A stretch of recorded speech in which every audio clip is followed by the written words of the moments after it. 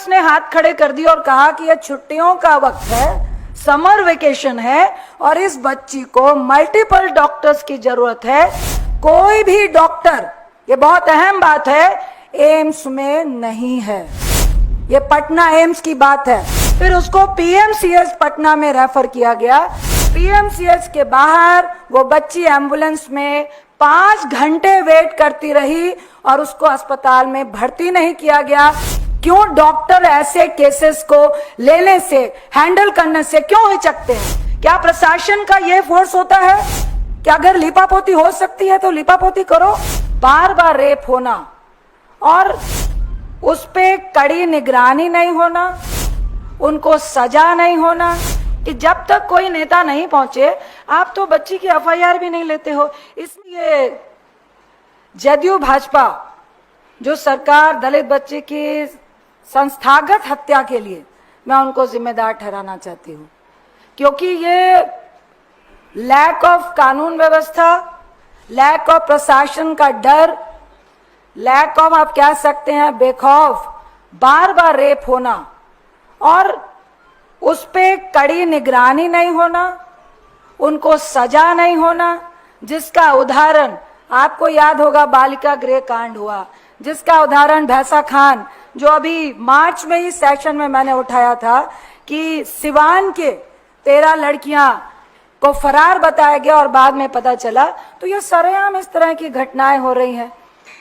एक तो सबसे बड़ी बात है कि इतने हैवानियत के बाद उसके बॉडी पे 20 जगह चाकू के निशान है।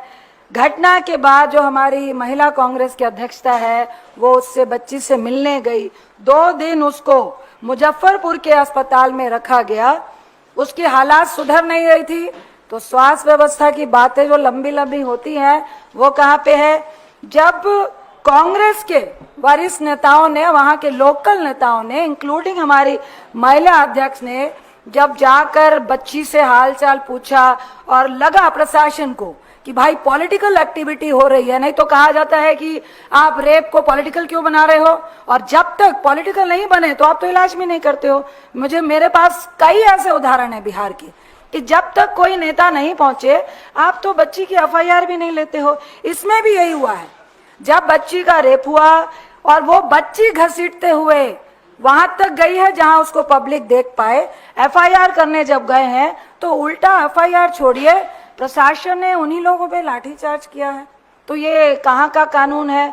कौन सी कानून व्यवस्था की बात करते हैं? जब उसकी हालत नाजुक हो रही थी तो मुजफ्फरपुर के अस्पताल ने उसको एम्स रेफर करने का जो कांग्रेस वालों ने भी प्रेशर दिया कि उसको बेहतर इलाज की जरूरत है, जो मुजफ्फरपुर के अस्पताल में, जो क्रिश मेमोरियल अस्पताल है, उसमें नहीं मिल रहा था। अब एम्स की जो इतनी बड़ी बड़ी बातें होती हैं, एम्स के डॉक्टर्स ने हाथ खड़े कर दिए और कहा कि यह छुट्टियों का वक्त है, समर वेकेशन है और इस बच्ची को मल्टीपल डॉक्टर्स की जरूरत है, जिसमें ईएनटी की जरूरत है, जिसमें जख्मों की जरूरत है, जिसमें गायनोलॉजिस्ट की जरूरत है, जिसमें पेडियाट्रिक की जरूरत है। कोई भी डॉक्टर, ये बहुत अहम बात है, एम्स में नहीं है। ये पटना एम्स की बात है। फिर उसको पीएमसीएच पटना में रेफर किया गया।